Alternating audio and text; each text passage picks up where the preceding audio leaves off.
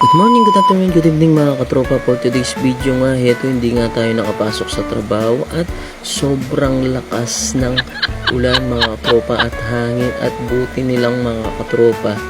May tricycle tayo at nakabili tayo ng ating ulam na pananghalian mga katropa. At for today's video nga mga katropa, ang lulutuin nating ulam ay tokwa mga katropa, at ayan yung mga ingredients ng ating lulutuin ngayon mga katropa.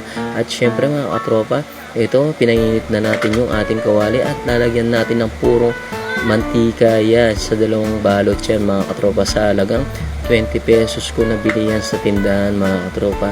At ito na nga yung unang salang natin na lulutuin na tokwa mga katropa. Yan, tingnan mo naman, saktong kapal lang yan na pagkahiwa mga katropa. Ay tignan mo naman, yan, nabaliktad na nga pala natin yung tokwa na niluluto natin. Syempre kailangan golden yellow yung ating tokwa mga katropa, kasi pag sobrang toasted mga katropa hindi mo na makakain yan katropa. At ito na nga yung ating first salang na nailutong tokwa mga katropa. At syempre ito na yung second salang natin. Syempre ano bang gagawin natin dyan mga katropa? Ibabaliktad natin yung mga katropa. Syempre baka alam mo naman masunog yung ating nilulutong tokwa. Ayan, tingnan mo naman mga katropa, tamang luto lang. At yan yung standard na pagluluto talaga ng tokwa mga katropa. Ayan, tingnan mo naman mga katropa.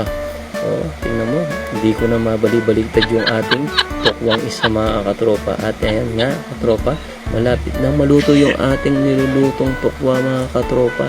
At ayan na yung ating nalutong lahat na tokwa mga katropa. Tingnan mo naman kung anong pagkakaluto ng ating tokwa mga katropa.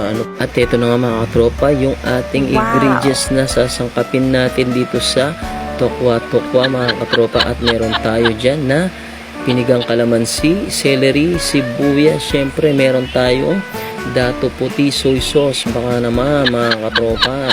At ito na nga mga katropa, syempre kailangan nating ihiwain yung ating tokwa. Let's go. Ayan na nga mga katropa, syempre ihiwain natin yan ng katamtaman lang na laki. At mga katropa, ihiwayan mga katropa.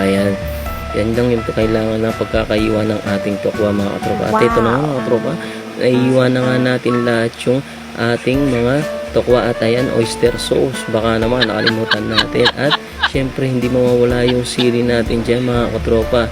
At kung bago ka pa lang sa aking videos mga katropa, mag-follow ka na. At syempre i-like and comment and share mo na rin mga katropa. At ito na nga yung final na ating niluto mga katropa. Syempre first bite na natin yan mga katropa ay sulit na sulit mga katropa. Kaya hanggang dito na lang. Thanks for watching. Ingat kayo and God bless mga katropa. Bye!